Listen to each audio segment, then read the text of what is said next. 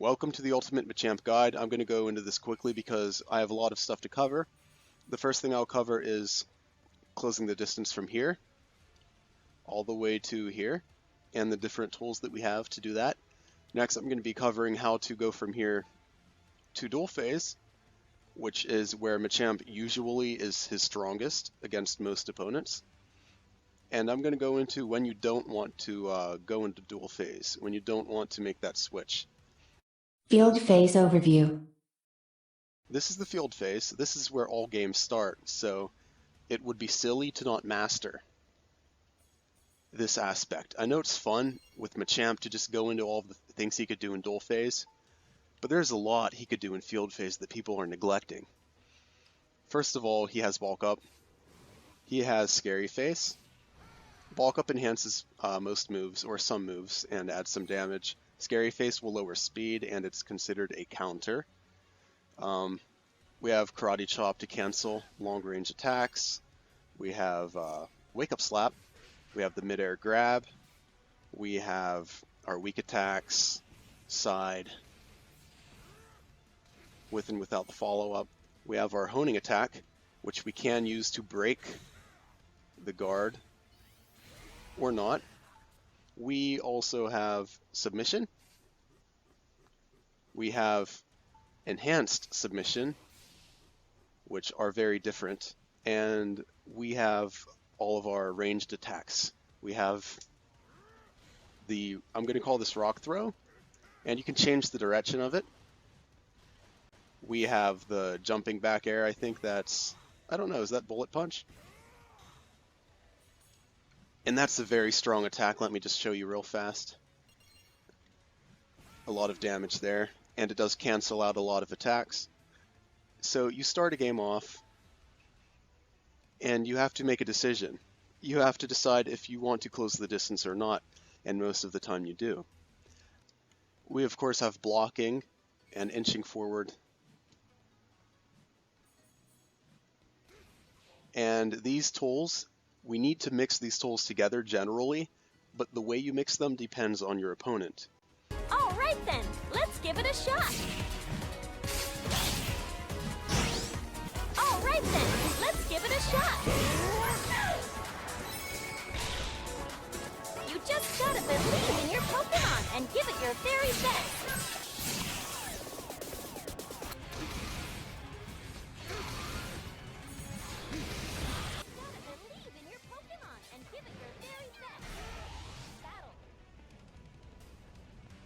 That's how I get around that, I guess. First is our dash cancel. Second is our own projectiles.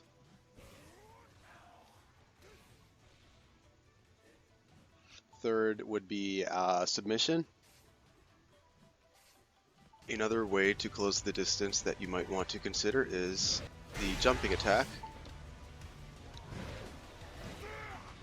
When you are bulked up or enhanced, if you press the A button, that is the cross chop, and that might be the fastest way to close the distance. That's fast. Here. When winning in field phase.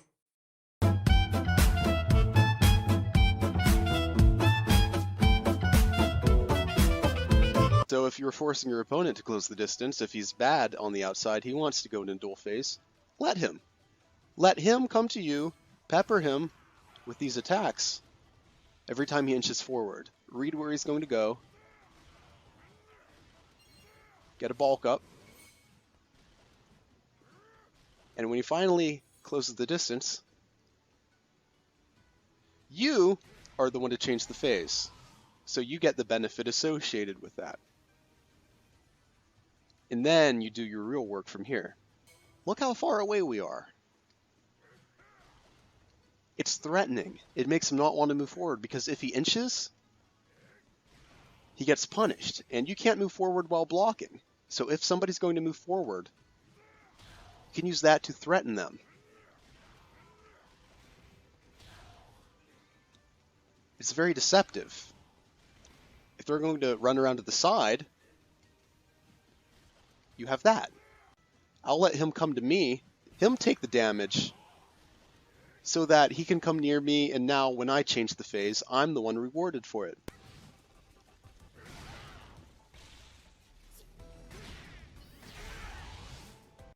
Field phase, closing the distance. Closing the distance is very important because if somebody is beating you up on the outside, you have to change the match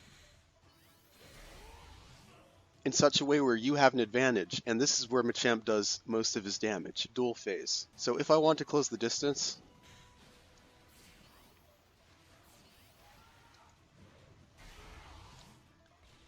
using all of these tools,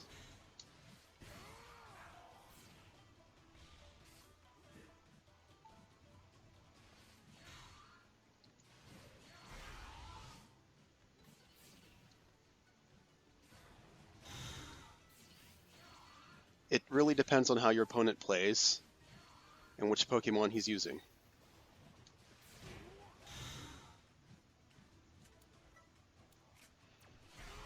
Suicune has an attack where right around here, ice will form.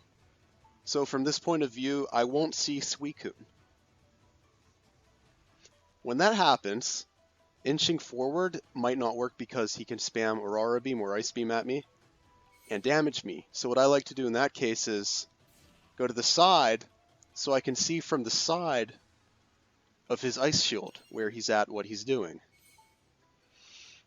Against Suicune, I don't like to jump a lot because real players know when to point the Ice Beam upwards and attack you. But I will finally jump from around here if I need to close the distance and change phases. Generally, I'll get the bulk up, I'll block a little, and I'll use dash cancels against Suicune until we're close enough to do some damage.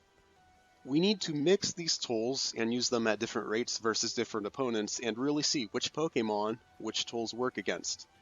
Causing a phase shift. Of course, you're rewarded for changing phases. If I grab Suicune, watch my burst. It goes up because I changed the phase, not because I damaged him. If Suicune is blocking and takes no damage, and I change the phase anyway, my burst still goes up. So there's benefits to changing the phase regardless of if you damage the opponent or not. Field phase close distance, shifting into dual phase. So many players can get from here to here, but it's always their opponent to change the phase. This is where the battle happens. The battle to determine who changes the phase. If your opponent counters a lot, grabs are super effective against counters. How many of you know this? The beginning frames of submission have like a super armor. Even though strike beats grab, that's the power of a bulked up submission. Let me prove this. That super armor really helping me out. The temporary super armor again on that submission. I'm going for a normal grab here. Super effective. It won't work. Close distance. Normal grab will not work. Submission will work when you're bulked up. Regular submission without bulk up won't work. I'm going for it now. It won't work.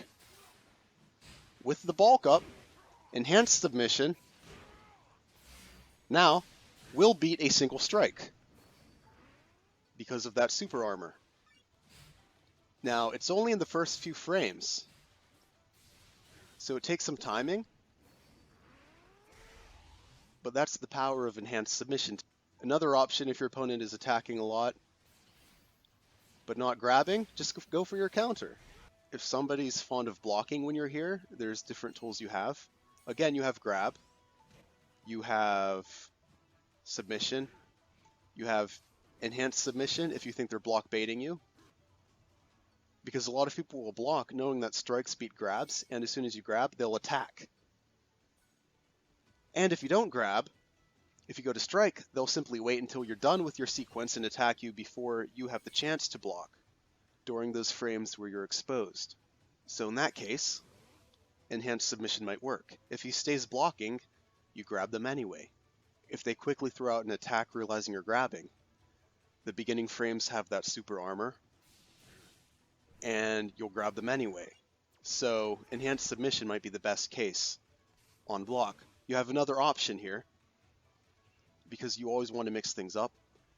Machamp's homing attack follow-up looks like this, and one mix-up is to hold the second X,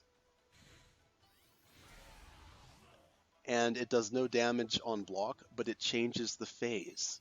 You get here, he's blocking, now you can change the phase and do what you want to do.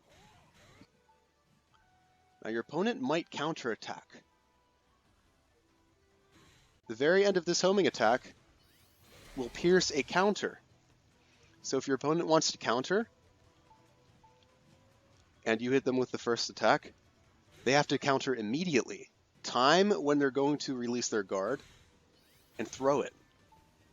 When they see these punches, they associate it with a certain tempo. They know the tempo, they know when to release guard and attack, or counter, and now suddenly,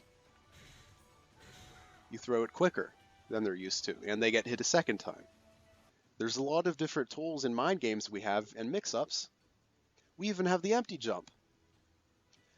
They're used to blocking when you do this. If that's what they do, it's a bad reaction,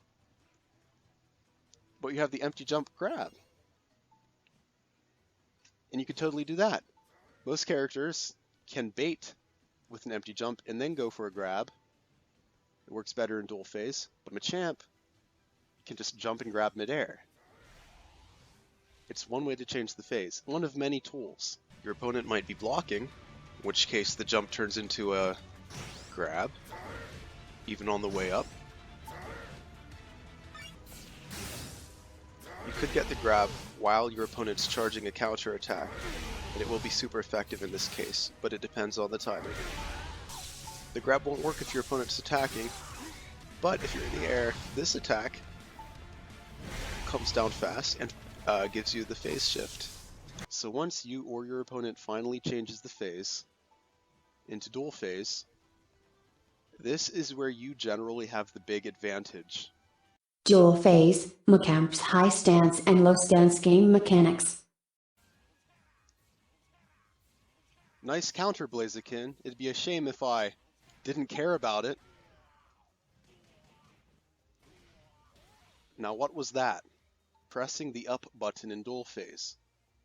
This is called high stance, this is called low stance. Most of you know this. But did you know that there's benefits associated with Machamp's up stance? When Machamp is in high stance, there's several attacks that Machamp ignores. I'm in block stun so long, if I block and then attack immediately after, he counters it. Block stun, not this time. Nobody's utilizing this tool.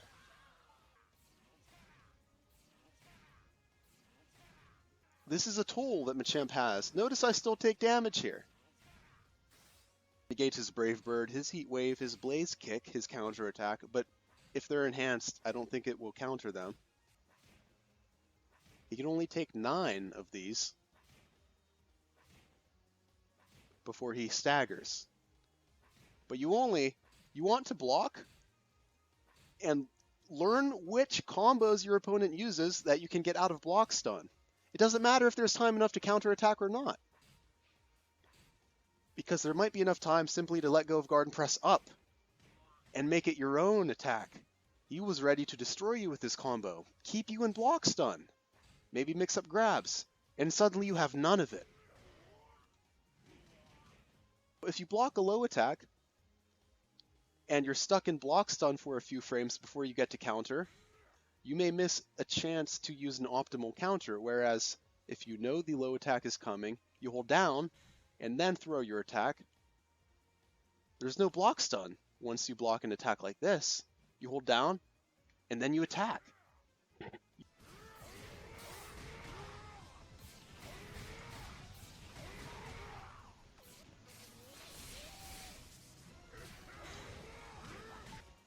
People take for granted that they could finish a combo, but against Machamp, if the last combo ends in a certain high attack, he can hold up and attack.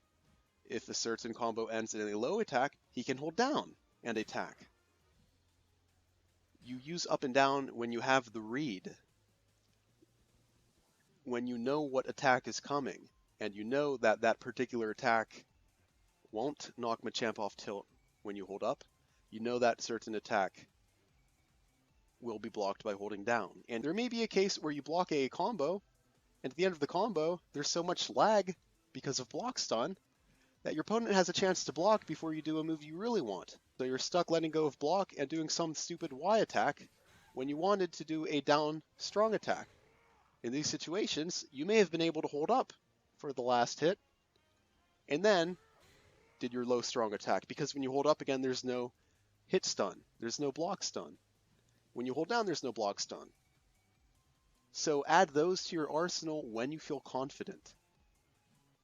Only when you have the read and you know that it's there.